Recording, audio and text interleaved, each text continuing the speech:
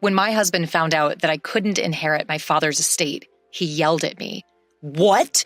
You can't inherit the property? I have no use for you anymore. I want a divorce right now."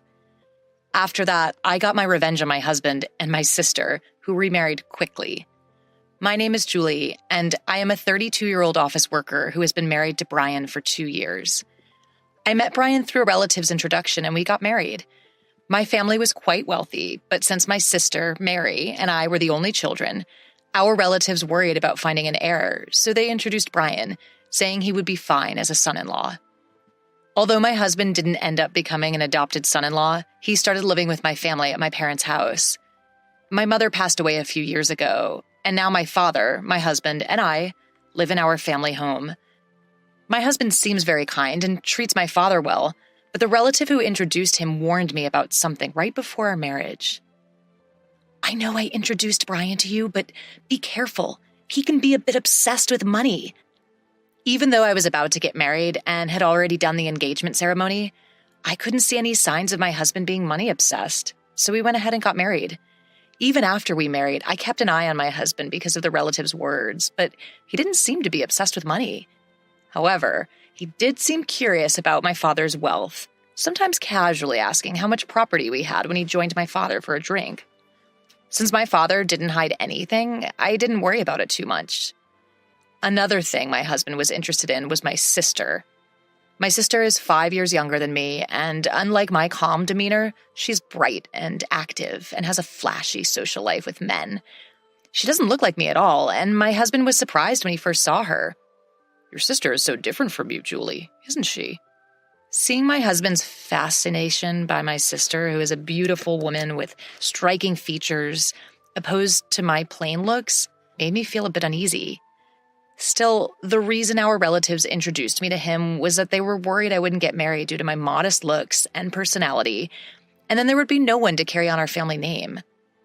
At the time, I thought there was no need to worry since I had a beautiful sister, but I later realized why our relatives were concerned. My father spoiled my sister a lot, letting her go to college after high school and then to a vocational school after graduation. My sister didn't have any specific goals for attending college or vocational school. She just didn't want to work. My mother was strict with my sister, trying to persuade her to find a job after college, but my father insisted on sending her to a vocational school.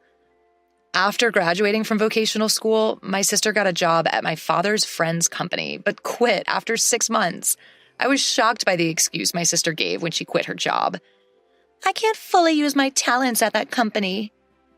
My sister, who hadn't even worked for half a year, was acting as if she already understood everything about her job, which left my mother and me dumbfounded.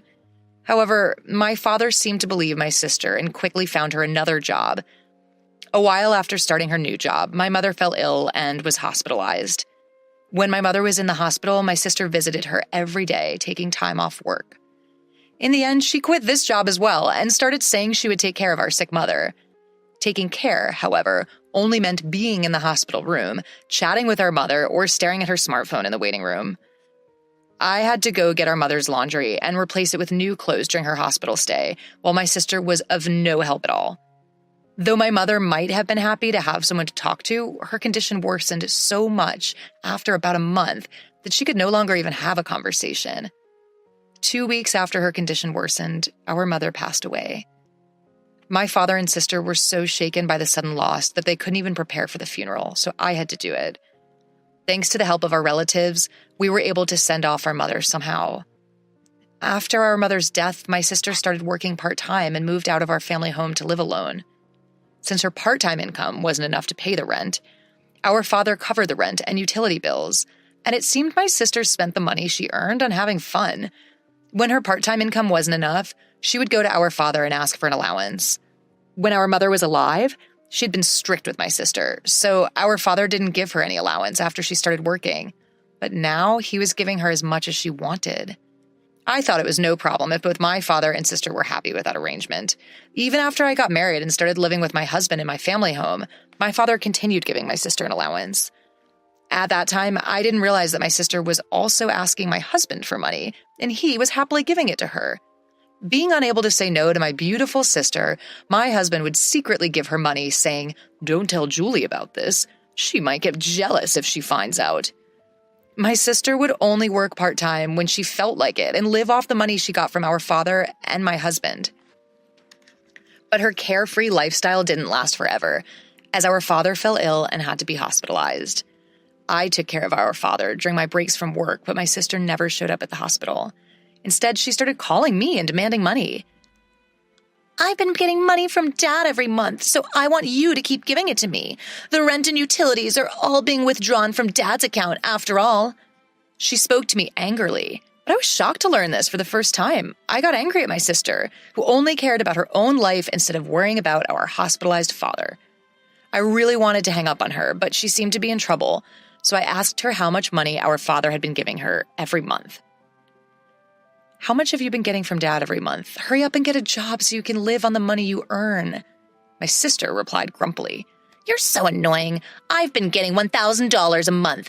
That's not including rent and utilities, by the way."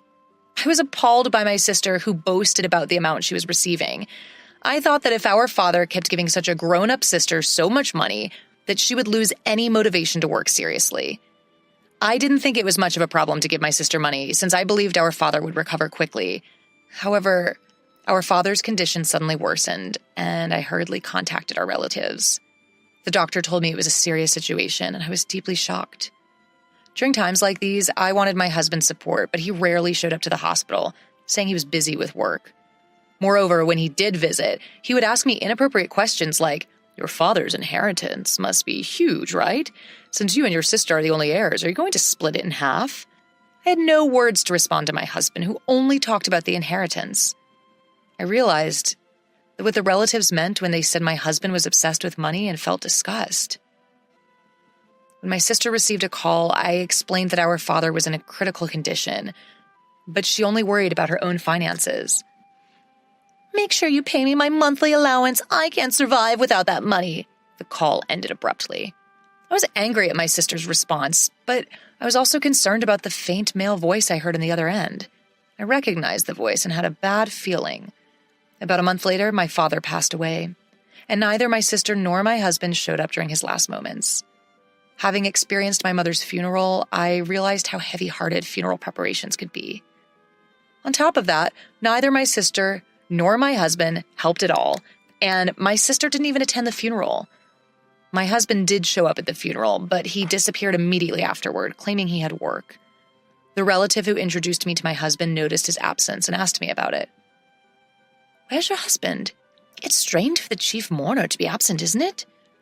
All I could do was force a smile and answer, "He seems to be busy with work, so he went back." The relative sighed upon hearing my explanation, and I felt like sighing too. Once the funeral was over and I could finally catch my breath, my husband grinned and asked me, "So, how much did you inherit? Even if you split it in half, you'll get a lot of money, right?"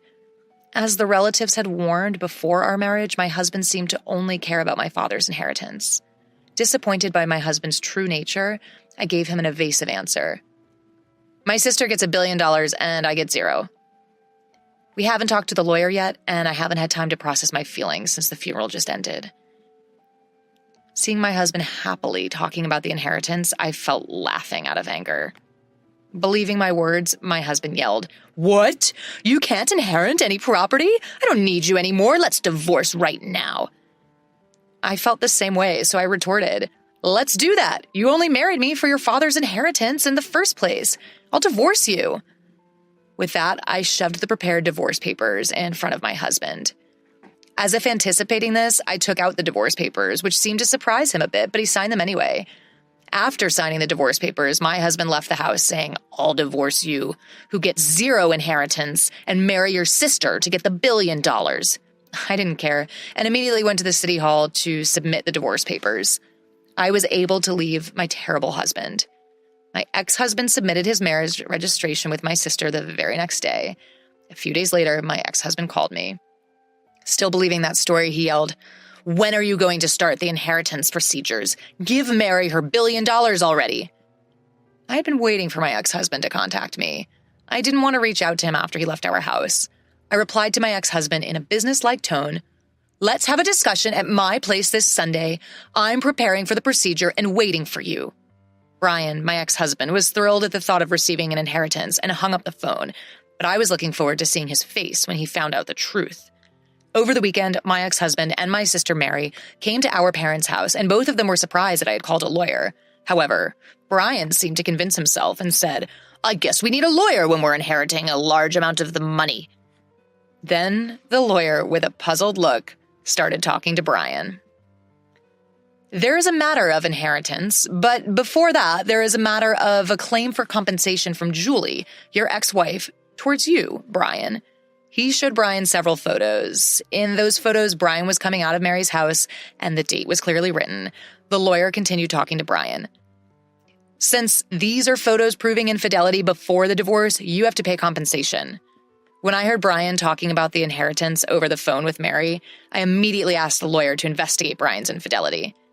Maybe he thought I was too busy with my father's funeral, but Brian and Mary met at Mary's house almost every day, and thanks to that, I was able to get many evidence photos. The conversation about inheritance turned into a conversation about compensation, and both Mary and Brian were speechless. But Brian quickly recovered and retorted, "Compared to the $100 million inheritance, compensation is just a small amount. I'll pay it right away." When the lawyer handed him the compensation claim documents, he signed them easily. After confirming that, I told Brian, "I'll make sure you pay the compensation since you've signed it. But be happy with Mary, who has zero inheritance." The moment Mary heard zero inheritance, she screamed, "What do you mean my inheritance is zero? I'm supposed to have $100 million. Brian's face turned red, and he got angry, saying, "There's no way there's zero inheritance. I won't let you take it all for yourself." The lawyer calmly started explaining to the angry pair. Mary is the daughter of your late mother from a previous marriage, and since she has not been legally adopted by your late father, there is no legal parent-child relationship. Therefore, Mary cannot inherit your father's estate. I also told Mary, who seemed to be confused. I don't think you remember because you were only 1 year old when our parents got remarried, but I remember it clearly. I was 6 years old when our parents remarried, and I remember being happy that I suddenly had a sister. I never thought that such a sister would steal my husband. Both our parents were struggling with young children and had someone mediate between them, thinking it would be best for them to remarry. My mother treated me like her real daughter, and my father treated Mary with care. My father might have spoiled Mary because she was not his real daughter, and he wanted to be extra careful with her. Our parents each had a child when they remarried, and my mother, who was suspected by relatives of marrying my wealthy father for his money, refused to have Mary legally adopted by him. The reason the relatives kept recommending marriage proposals to me was that they knew I was the only one who could inherit my father's estate. If our parents had had a child together, things might have gotten even more complicated, but fortunately or unfortunately, they didn't have any children. They might have decided not to have children to avoid future inheritance disputes. It has now become clear that our father continued to support my sister financially after she became an adult because he couldn't pass on his inheritance to her. I am not legally related to my mother because we did not go through adoption, but it never bothered me in daily life. It seemed our parents never told my sister that they were both remarried, and she found out the truth for the first time that day. My ex-husband's face changed from red to pale as soon as he realized the situation. He signed the documents and was even asked to pay for damages when he couldn't get the inheritance he had been expecting from my sister. With a blue face, my ex-husband said to me, "Was what you said about my sister getting $10 billion and me getting nothing a lie?" Holding back laughter, I said, "Of course it was a lie. It was to get back at you for cheating on me behind my back. Besides, there's no way Dad's inheritance was worth $10 million. Even our wealthy father didn't have an inheritance of $10 million.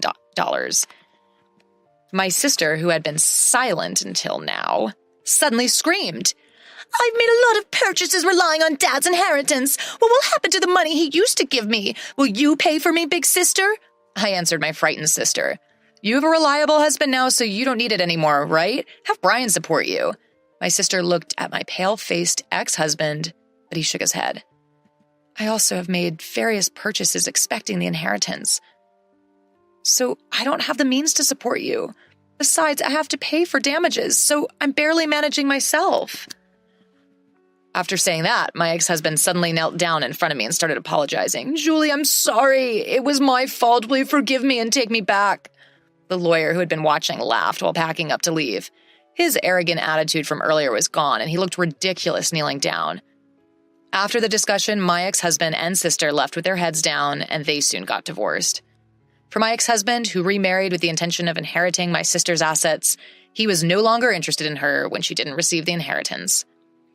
He told me he couldn't take care of my sister because he had to pay me damages. Since my ex-husband had no property, we agreed that he would pay the damages in installments from his monthly salary. The lawyer advised that this way I wouldn't miss out on anything. My sister, now without our father's support, worked part-time every day, but she couldn't pay off her debts and ended up filing for bankruptcy. She eventually had to leave her apartment, and no one knows where she went. Our father had supported my sister out of love, but in the end he spoiled her too much, and she became unable to work seriously. Later, a relative tried to introduce me to a potential marriage partner again while I started living alone in my childhood home, but I declined. I don't want to be introduced to someone like my ex-husband again, so this time I want to find a suitable marriage partner on my own.